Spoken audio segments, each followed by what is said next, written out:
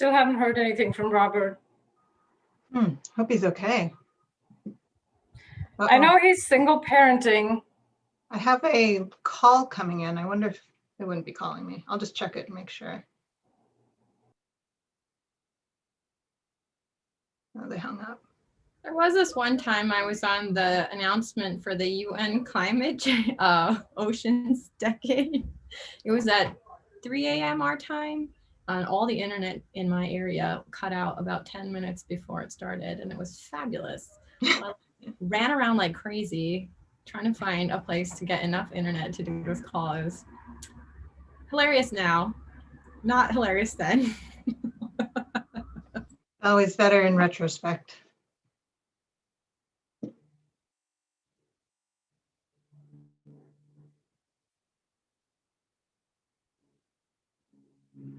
And I still keep all your video faces all over. It makes me feel like I'm like talking to a group of people.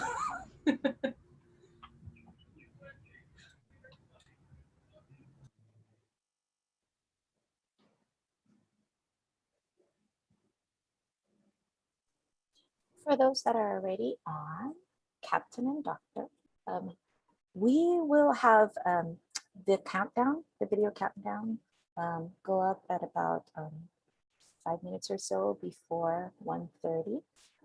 So how we folks know when to start is when you see that shared screen go away, and it's going to just be the four of you folks again. So at some point, Al is going to share screen, and that's what everybody's going to see on their main screen. And then once that's done, it's going to be just the panel, you folks, as soon as Robert comes in.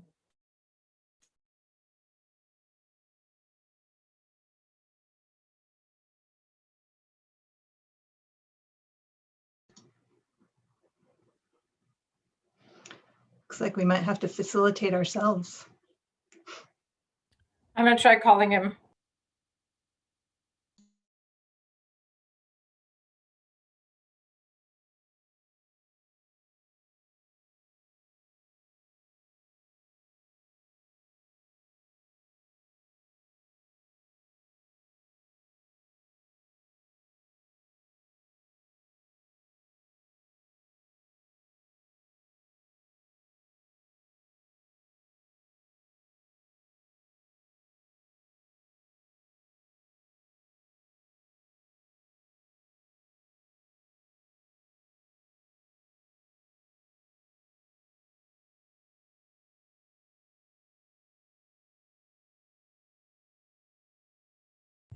Good thing I called him. He said he got the time mixed up.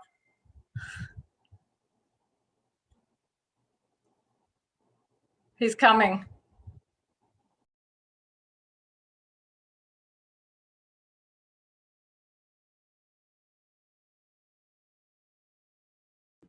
He's operating on Samoa time.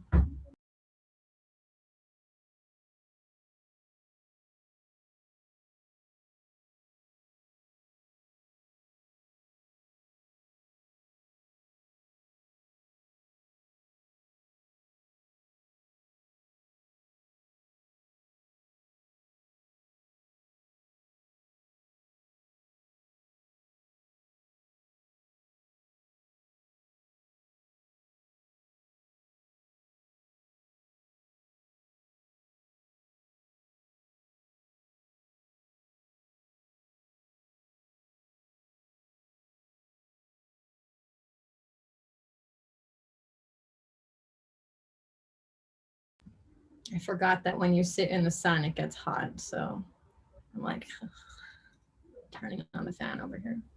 Yeah, I usually have a fan on behind me, but since it's a little loud, I have it off. So I'm just going to sit and sweat with the window closed and the fan off.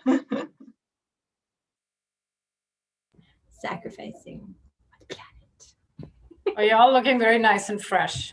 It's because we haven't even started yet. Just wait till 20 minutes in.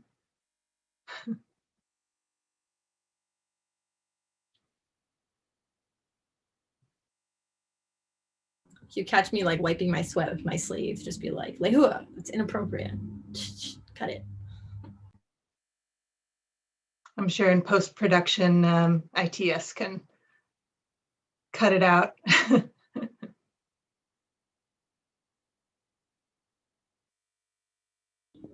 I'm also hoping none of my neighbors are gonna race down the street from that corner to that one in the next 45 minutes. I had a jackhammer outside my window yesterday.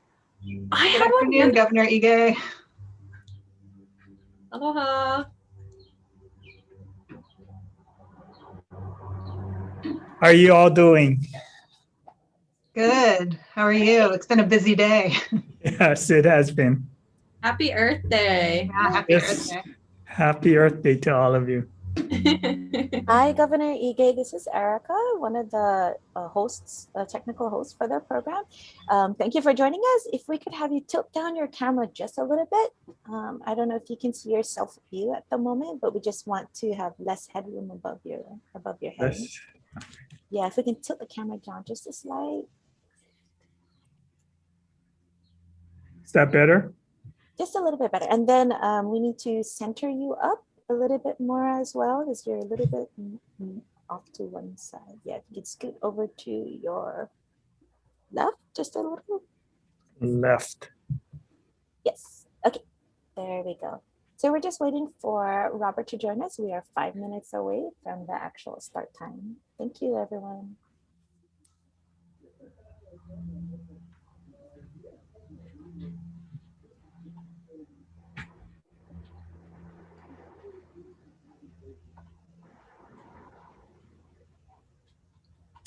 And hi, everyone. This is Anu. Hi, Governor. This is Anu Hittal. Just wanted to mention that I will be putting some things in the chat as I get questions from the viewers, but we'll try to keep that relatively down to a sort of a minimum.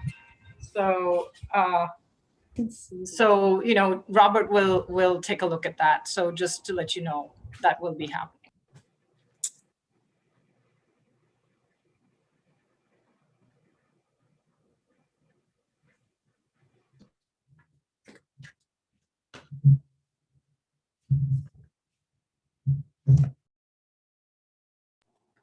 Okay, I'm doing it now. Okay. Erika? Yes, Anu. Robert just called and said he can't get in. Can you email him his link? Okay, perfect. Okay.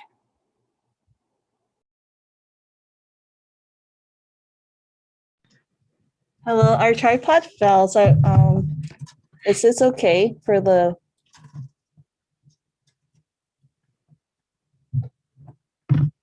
Oh, I think Erica's a little busy. Sorry, who was asking that question?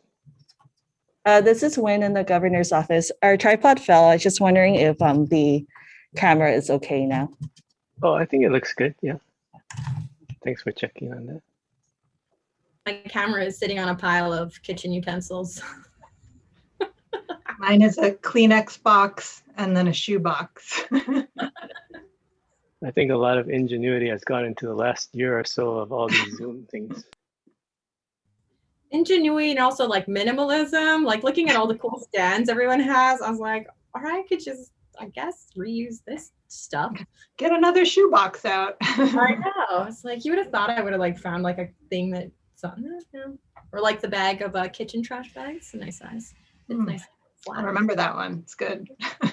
Mine was a little low, so it didn't have as much structural integrity to hold it. Yeah, that's what the engineering degrees are for. Kleenex boxes and shoe boxes. Good stuff. Let's tape it.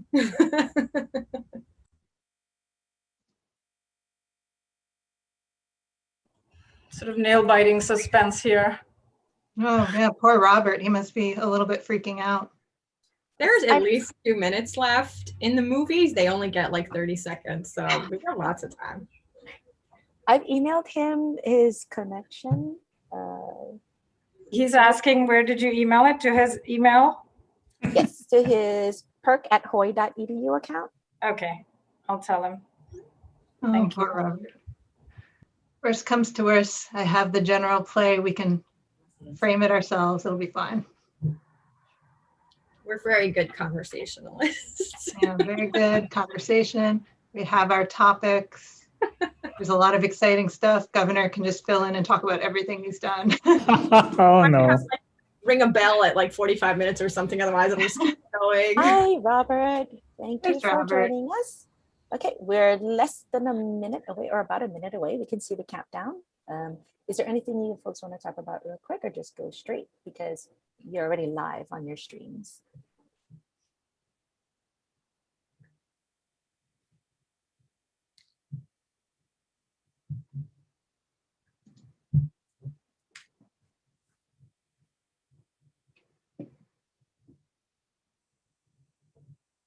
Robert, your microphone says that you're muted if you're trying to stop to talk to us.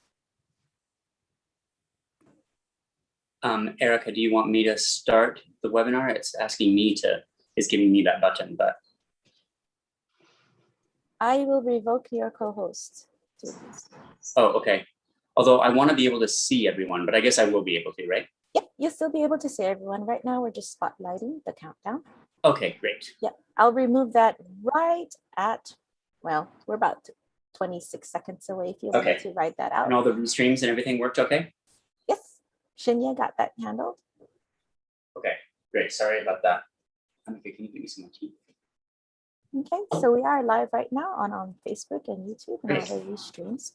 We have 10, 9, 8. I will go silent and you can come on and start with me.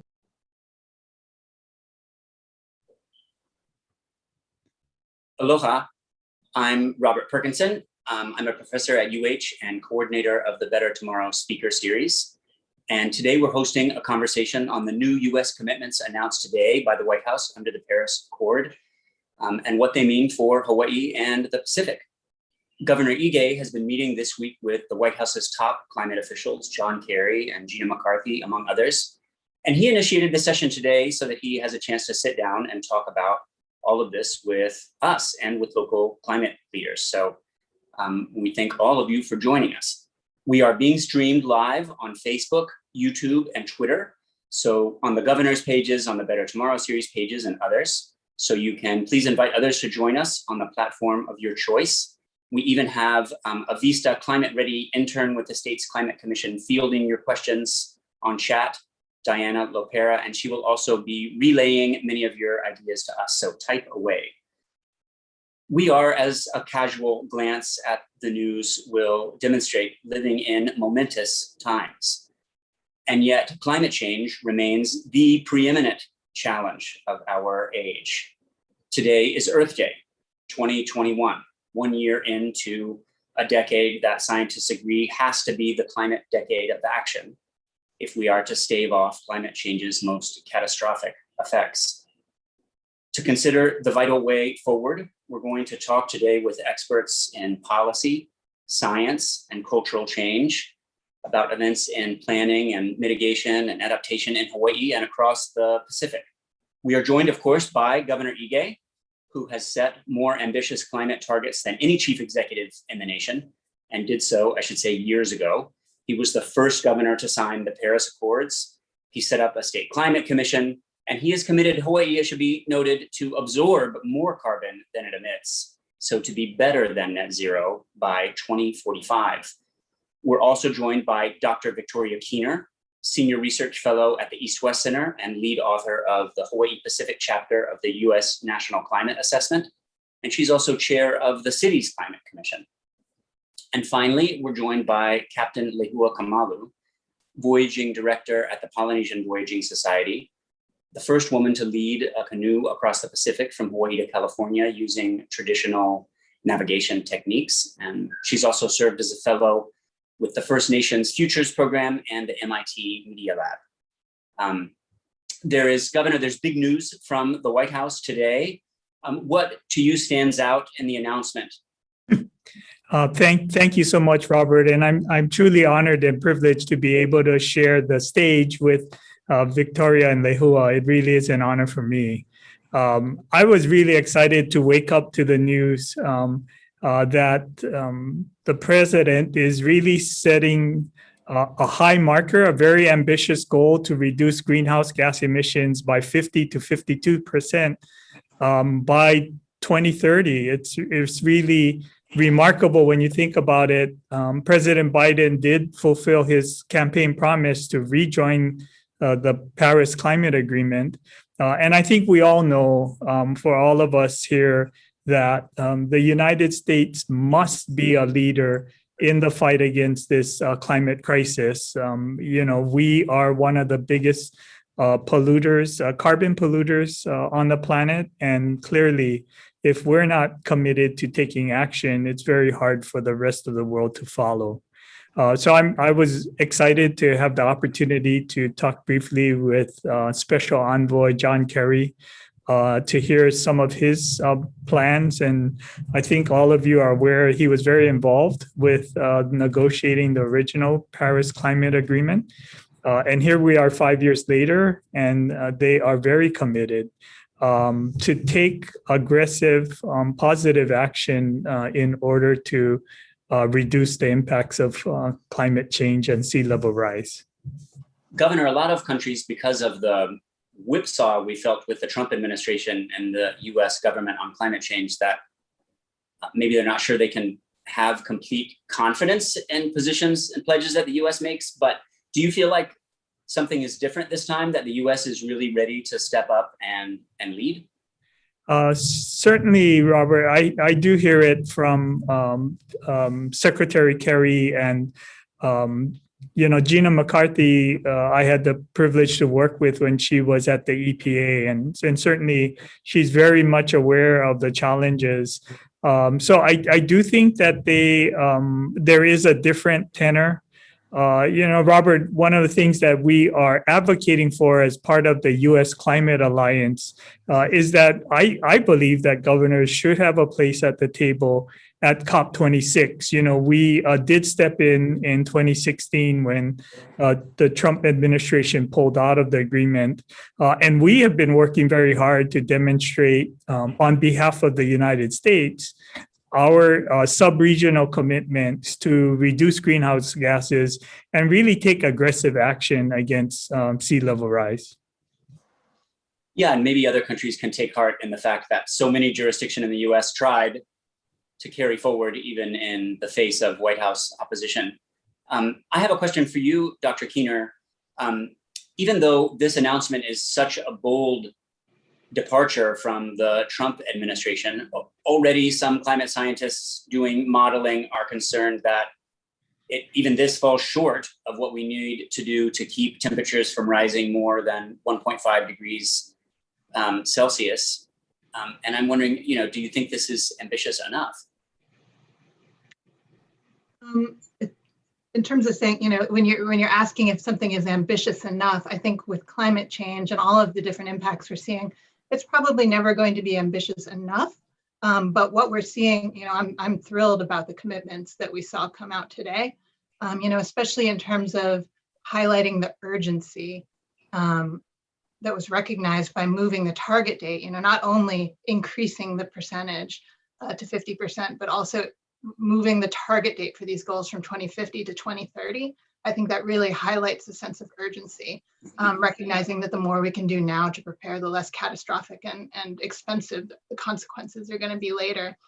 So it's a great start, and it just puts in motion a lot of other needed adaptation and mitigation goals that need to happen. There are so many challenges involved in meeting this crisis. One of them involves communication and politics. And Captain Kamalu, I was just wondering if you had any thoughts on ways that the Biden administration and those of us in Hawaii care about climate change might break through, because it seems to me that the Polynesian Voyaging Society kind of played a unique role in bringing messages of community and conservation and indigenous knowledge to the world, but port by port. Do you think there's more we ought to be doing in terms of communicating this at this flashpoint? Communication is probably one of the biggest challenges everyone's facing, I think, in explaining complex situations that have, where the impacts aren't always, right in front of your face. You have to wait a little while to see if what you're doing is really working, if the approach you're taking has any effect. I'm trying not to bring in too many sailing metaphors here, but if we think about, sailing our canoes over a couple thousand miles, there's a lot of faith in the practice and discipline day to day, but it's going to be a few weeks before you know if you're going to hit that island. So I think regards to communication, in our last major voyage around the world, which we called Malama Honua, we really tried to share that message in a way that was both humbly recognizing where we are as Hawaii and as islands here in our journey to understand that responsibility, and learning from others. So very much grounded in community and just ways that, you know, every individual person, whether they're a student in schools or leading an NGO or part of government leadership, really has a passionate investment in what happens to the earth and the ocean. We have a serious voyage ahead of us, so to speak, in addressing climate change. Victoria, if I may, we've had, you know, a scientific consensus on climate change for a very long time, 3 decades plus. But as the modeling has improved, the severity and the scope of the problem seem to be more severe than at first thought. And the pace of the most serious effects arriving has also increased. And so, you know, I wonder if you might just outline for our audience a little bit some of the recent findings on the scope of the crisis, just so that we can underscore where we are before we begin plotting where we need to be. Sure. I think that, so I'm going to focus more on Hawaii and the Pacific Islands region, just to kind of contextualize, because there has been a lot of science and modeling and communication work done in the past decade that is working on how to get those global model projections down to where they're applicable at island scales.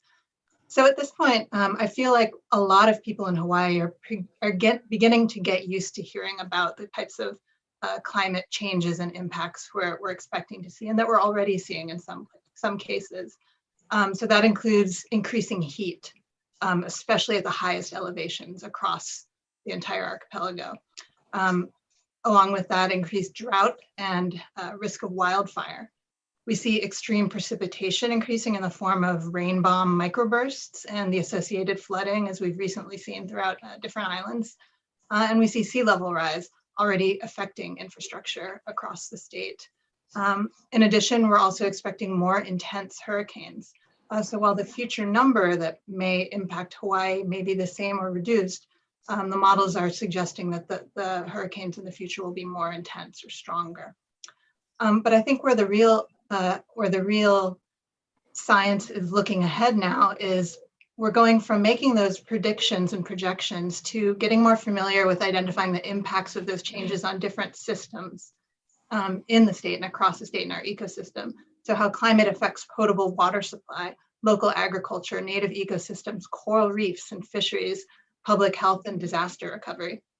So over this last 10 years, with physical science really taking the lead, now is the time to move to what we've learned and take action across multiple sectors that I just talked about, using other tools from social sciences, economics, applying those to decision science, history, political theory, even art, as we look at how to better manage those impacts and move forward. Governor, are there, you know, as the science becomes clear, Governor, what are you most worried about in terms of the risks that Hawaii faces? Is it hurricanes or sea level rise? Or we've done a decent job on mitigation, but we know a lot of this is coming regardless. Well, I do think, you know, Robert, we see the full impacts of climate change and sea level rise. You know, as Victoria had said, we do see more weather events. You know, we probably had a half a dozen 100-year storms in the last 5 years. You know, it's certainly happening more and more frequently. And these rain bombs, as you know, they've become known, certainly has had devastating impacts, very localized. But you know, we do see it happening more and more. So, you know, I'm proud that overwhelmingly the people of Hawaii understand climate change and they are hungry for action. You know, Hawaii was the first state to commit to clean renewable energy for electricity. And, you know, many other states are beginning to follow. And as you know, Robert, when we first drove that stake in the ground for 2045, we really did not know whether we'd be able to do it. And already we're seeing 5 years later that we can probably do it in 2040. And as the Biden administration is really accelerating the schedule, I would imagine that as we work with our public utilities and all of those involved, that we'll be driving from 2040 to 2035 as well. One thing I just wanted to comment, Lehua talked a little bit about communication, but, Hokulea really connected the dots in climate change in their global voyage. And so many people got connected to the challenges of the voyagers and really began to understand that we do live on a very unique island and we're all connected to each other. And we really saw how in so many instances, in spite of our differences, we had more in common than we had different. And I think that was something that the world watched as Hokulea sailed from country to country. I was just, as governor, so proud of everything that they've accomplished and more importantly, the message that they delivered. And, I had a chance to meet Lehua up in San Francisco for that climate summit. And I did not realize how small a vessel the Hikianeala is. And to imagine sailing around the world is even a much, much bigger accomplishment than I ever imagined. Actually having the opportunity to sail a very short distance on that vessel is truly remarkable.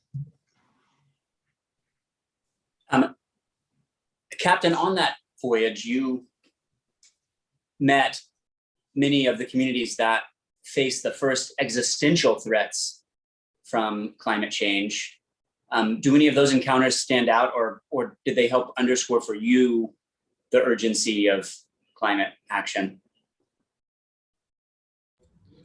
Thanks, Robert. And thank you, Governor, for those kind words regarding the voyage. I think I can probably speak for every crew member that we have, that we really hope that what we share and what we get to experience is really the work of everyone here in Hawaii, and the goodwill and the support and all of the things that are shared with us. And so I really want to celebrate that as something that Hawaii did together. And it is small and in many ways, as large and beautiful as our islands are, when you start to sail away from them, they look smaller and smaller. And I'm thinking of a story Nainoa tells of Lacey Beach looking back at the earth.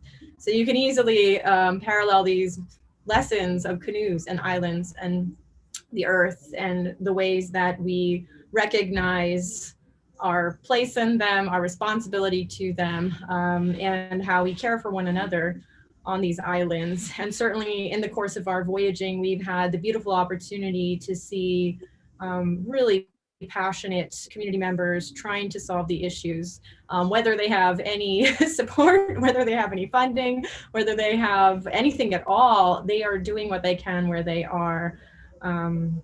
Gosh, I had a wonderful phone call this morning with a group that we visited in, probably won't believe it, all places, Chesapeake Bay out on the East Coast. And it was a wonderful time of visiting with a fishing community at Tangier Island and how they're trying to adapt to the changes of their island that is slowly sinking. And there's different reasons why that might be, but the solutions are always having to deal with the fact that it is going to be a different future for that island. And if there's a way to address it, how do you go about that? And then there's a stark reality that many communities are leaving their islands and having to go elsewhere. And that's really a hard process for them to figure out. Anyone who's had to uproot from a home and go to a new place with a new culture and a new language, I think recognizes that challenge. But also a responsibility that we have to communities that are facing that to try and help them in that work. And I think Hawaii is incredibly blessed to be a place that can actually start from and Hawaii can be a leader in. Let's talk a bit about how to mitigate this crisis, but also how to adapt to it. First, though, let me remind everyone that we're here in the governor's office virtually, talking about the new climate commitments made by the White House today and what it means for Hawaii and the Pacific. And we're joined also by Victoria Keener of the East-West Center and Lehua Kamalu of the Polynesian Voyaging Society. You're welcome to chat with us on Twitter, on Facebook, or even YouTube, and we will be responding and doing the best we can to answer and work in your questions.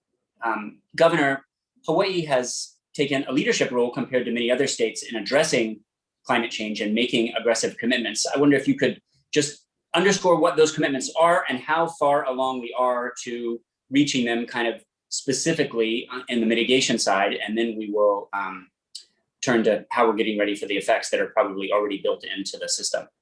Yeah, certainly, Robert. There's a couple of things. Obviously, the 100% commitment to clean, renewable energy for electricity, I think, is the extension that we made to the Hawaii Clean Energy Initiative.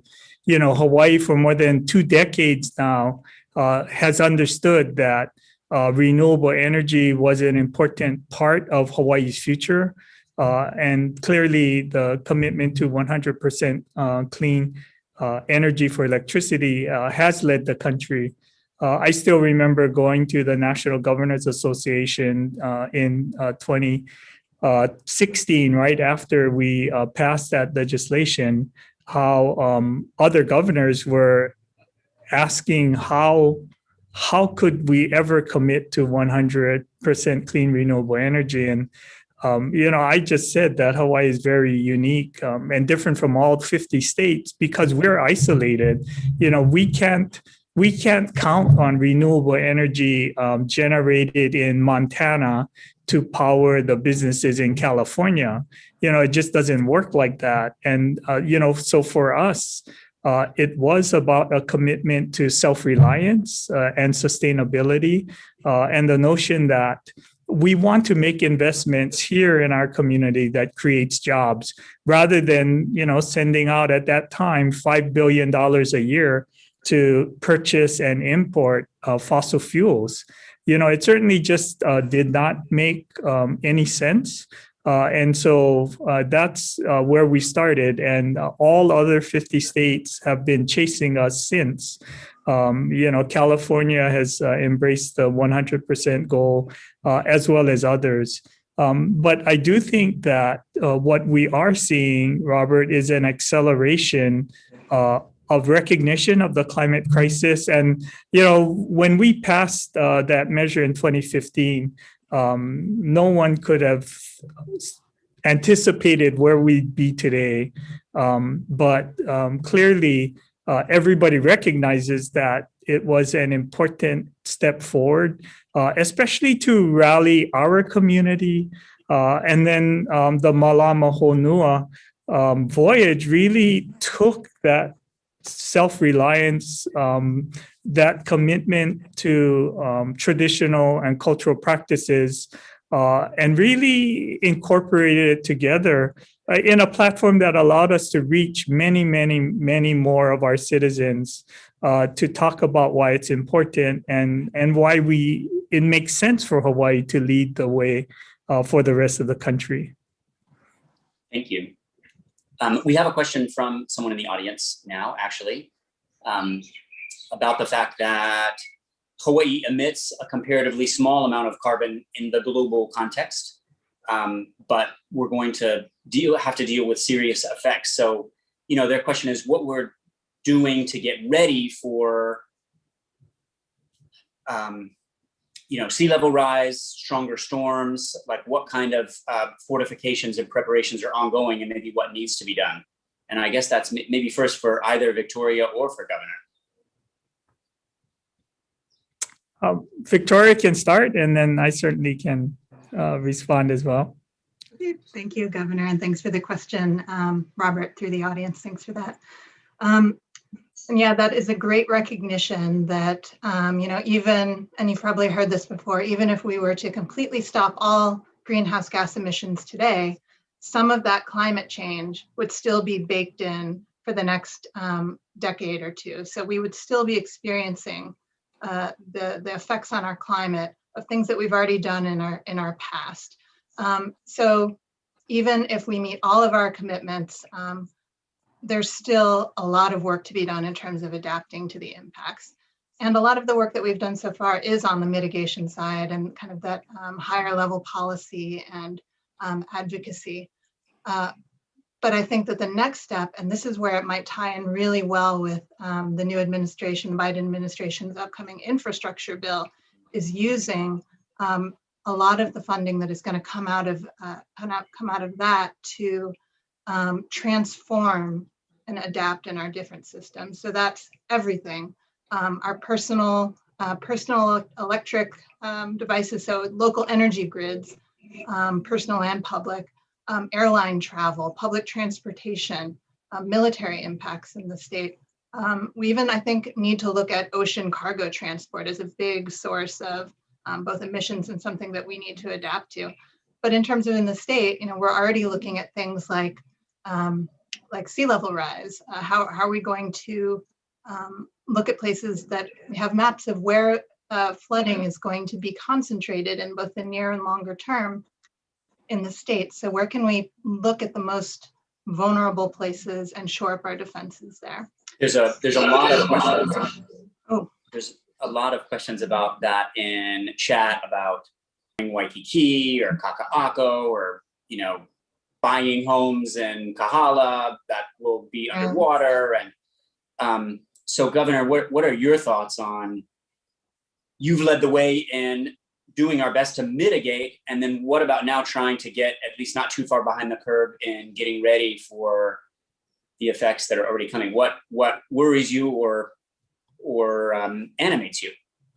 Well, I mean, I think it's a couple of things, and we started one of the very first products that the Climate Change Commission here that we organized was to really publish the maps, and showing what 1.5 meters of sea level rise and 3 meters and 6 meters would mean to our islands, regardless of where you lived. And, I do think that it starts with awareness and making people aware of what that impact might be. We have gone through and cataloged all the rules and regulations and changes from a policy perspective that we need to make to mitigate the risk. As you said, someone living along the ocean should know that sea level rise will impact that property and the value of that property. And we have, based on our discussion with the scientists and the science, really, we know that hardening our shoreline, especially when we have active beaches, is not in the best interest of how to mitigate sea level rise. It really impacts hardening in one location, impacts formation and the movement of sand along the shoreline. So, just digging in and just saying that we're going to harden every single shoreline is not where we need to be. And Robert, you had mentioned that the thing that I'm most excited about the Biden administration is that they are looking long-term and they get it that, if we are going to make investments in infrastructure, it's not about yesterday's infrastructure only. It really is about what does infrastructure look like in light of this crisis in climate, and can we build back better, right? For us in Hawaii, we know that we have miles and miles of highways along the shoreline that is at risk, and we need to make plans about how to move them off the shorelines in order to protect them. I'm excited because the Biden administration wants to make investments in infrastructure that includes clean renewable energy. It's about making investments in our communities for education and training programs. It's about building jobs as we transition from fossil fuel transportation systems to clean renewable systems.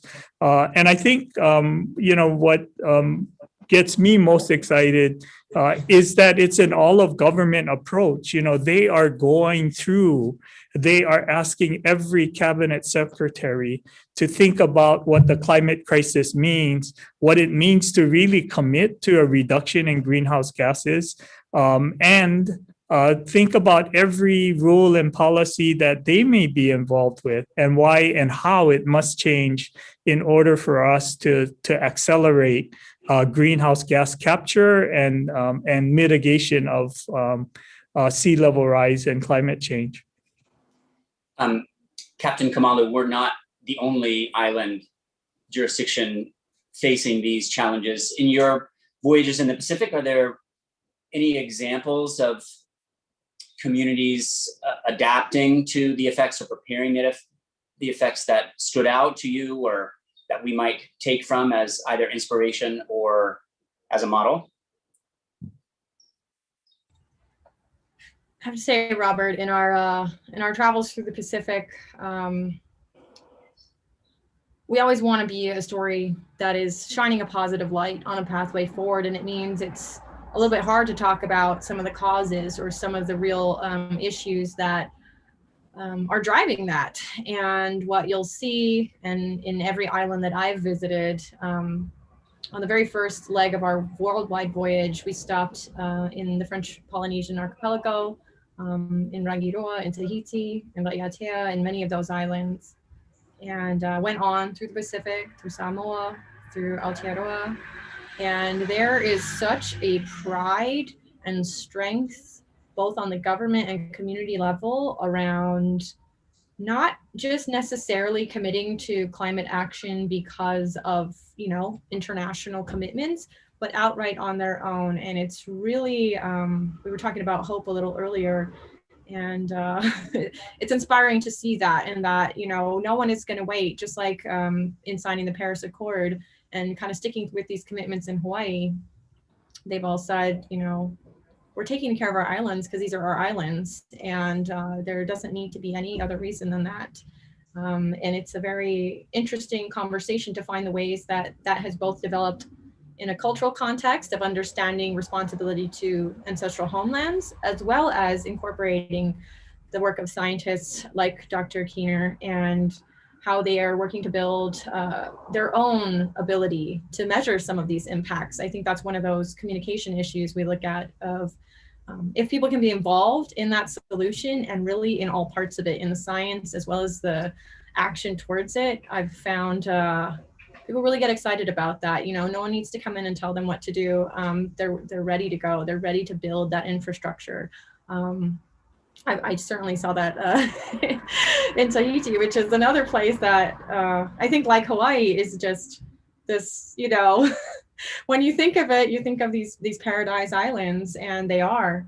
But I think that's because of the work of a lot of people who make careful decisions about their future. So it's inspiring, and we hope that we, in our next voyage, as we're always planning our next voyage, will really, like you said, Governor Ige, is to bring that community together, to see one another, to support one another, and to allow the entire Pacific to start to adapt to these issues that are going to face them first, and that they are going to have to deal with very early on. And hopefully that will only be a 10-year issue and not a 100-year issue. So. Governor, I think you're getting. Yeah, Robert, what I get excited about what Lehua and Hokulea has really done is that it has inspired people to take action, to actually believe in themselves, that what they do make a difference. And clearly it brought the climate issue to a level that's really understandable. And what I really get excited about is it's focused on our young people and teaching and making them not only believe in themselves and the fact that their position and beliefs are important, but it really empowers them to not only embrace who they are, but really have the courage to speak up and advocate for things that they believe in. I really think that that's important. You know, when I was in the call yesterday with the U.S. Climate Alliance people, and we did talk about, you know, I'm excited about what President Biden is doing, but I'm also excited because our young people embrace climate change. You know, they understand it better than most, and they want action. You know, I hear it everywhere I go, and I do think that that's the power of the Hokulea and the Voyaging. And, you know, I think that that's the story that I bring representing Hawaii, you know, that we were not willing to just point to the US or point to other countries and say, you guys need to take action.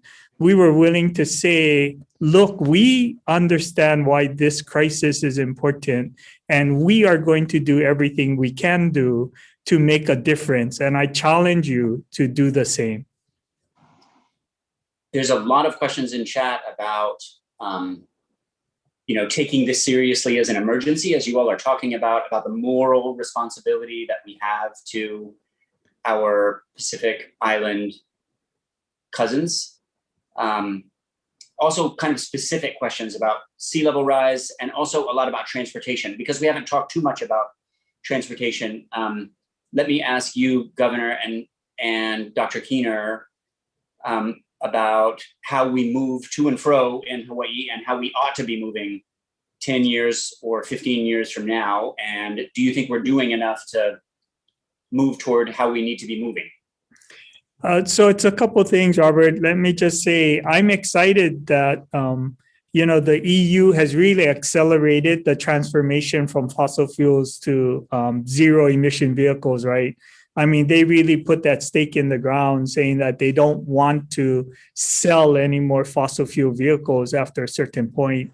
You know, clearly President Biden, in his discussion of the infrastructure program and his commitment to creating jobs here, talks about accelerating the electrification of our auto industry, and really expecting that we can create jobs at the same time reduce greenhouse gases here in our communities.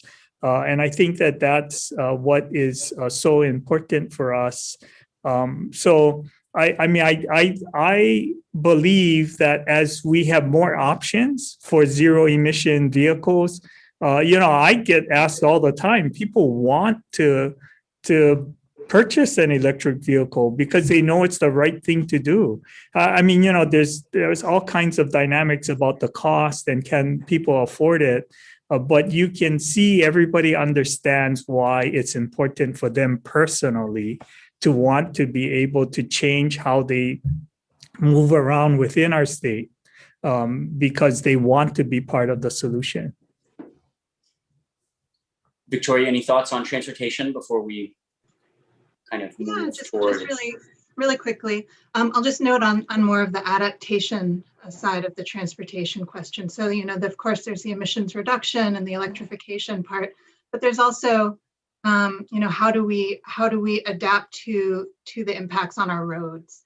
You know, we have these sea level rise maps. Do we know what roads are going to have to moved or raised in the next couple decades? How do we synchronize across departments, both at the state level and at the county level, to make sure water and land and transportation departments are talking to each other and making plans that are working together? You know, of course, expanding public transportation, things like that, and also looking at freshwater pump stations that are sometimes located near coasts. You know, looking at things that are going to have to be adapted to in regular capital improvement plans. And I'll just make a quick note that we had a City of Honolulu Climate Change Commission last week, I believe, and the new mayoral administration's managing director, Director Formby, came and testified about the priorities of the city, and they were all surrounding climate adaptation. So really the city is looking at how to start implementing a lot of the great studies that have been done. And so, you know, that's just something to look forward to as we're moving forward and figuring out how we can best inform their adaptation plans. a paradox, a paradox of climate response, I think, is that the scientific problem is so complex, involving researchers all around the world in different fields. The policy solutions portfolio is so complex, involving governments and analysts and designers all over the world and in different jurisdictions. And yet that's the easy part. The science and the solutions, actually, I feel like we have a pretty good handle on. It's moving the politics and the political culture that is the hard part. And of course, Governor, that's your job.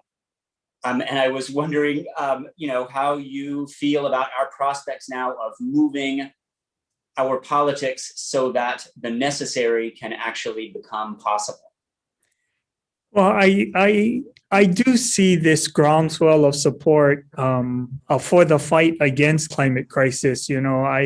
Whenever I go and speak at a national or international conference, I'm so proud to represent the people of Hawaii, because I tell people, overwhelmingly our community gets it. We understand what we do impacts our neighbors, and we all understand for us to come together to take action against this climate crisis.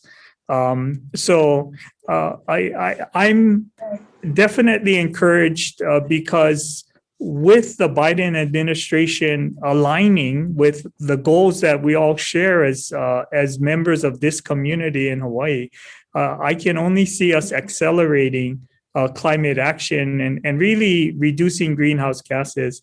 I was in a conversation this morning that, we have to go beyond just the mitigation of the climate crisis and global warming, but really start talking about carbon sequestration. And as you know, Robert, Hawaii committed to be net carbon negative.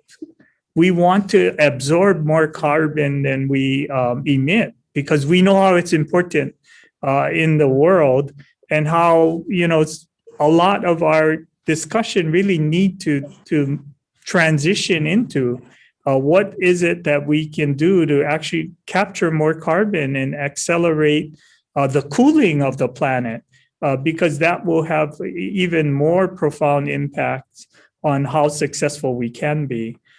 So, I'm excited about the fact that the people of Hawaii do get it, that this climate crisis is here, and that the more action we can take sooner, the better off we all will be in the long term. Dr. Keener, there's a few questions for you, kind of asking about what specific climate initiatives ongoing in Hawaii that you find most promising, but you can answer generally too if you like, how do you think we actually move the culture and the politics enough to craft solutions of the scale necessary to meet the problem? Yeah, so there are a bunch of different types of projects. So many good examples of things going on, and I'm not sure exactly what examples the question asker is looking for, in terms of infrastructure or community work, but there are examples in everything. Maybe one that I'll touch on very briefly, just because I am a researcher, is how researchers join with natural resource managers, either nonprofits or in city or state government, to work together to translate the climate models into projections that are useful for decision making on the ground and on the systems that they're working on. So, for example, we worked with a bunch of stakeholders in Maui, a bunch of people in conservation and the municipal water supply, water department there, farmers and ranchers, agriculture, to look at how climate and land use changes would impact future groundwater recharge on the island of Maui. And we were able to work with people to find in the future different watersheds that would have more or less supply in these different scenarios. And so you can use that to do things like target development or target future supply. I see that we're running out of time, so I'll stop there. Lehua, I'm curious to hear from you. Malama Honua was both a global effort, but an intensely local one as well. And so do our solutions to the climate crisis. And as we do come up on the end of our time, I wonder if you have any thoughts for us on how the voyages might serve as a model for international, national, and local action that might help get us where we need to be. Oh boy, so many thoughts, 1 minute left. The term climate action is huge, and I think everyone probably can recognize that any action you take is a climate action, and which way it's going is probably the question. And so you face it every day in every decision. What I found is that communities are just asking, let us know, how do we help? What do we do? And I've had this enormous task since that voyage and looking at the future of how do I open up the door if they are trying to learn more about it, if they are trying to really get their hands dirty and get into some of the work. The philanthropy community is enormously invested in environmental and climate change issues. And I always, in all of that journey, locally and globally, you'll see that behind it all are people, whether they are government leaders or whether they're just families at home, children going to preschool, learning about the natural world. And there's usually a touch point somewhere where I think we talked about, where their hearts and minds are changed around something that really matters to them, about what this planet will look like for their children and grandchildren. And there is an urgency.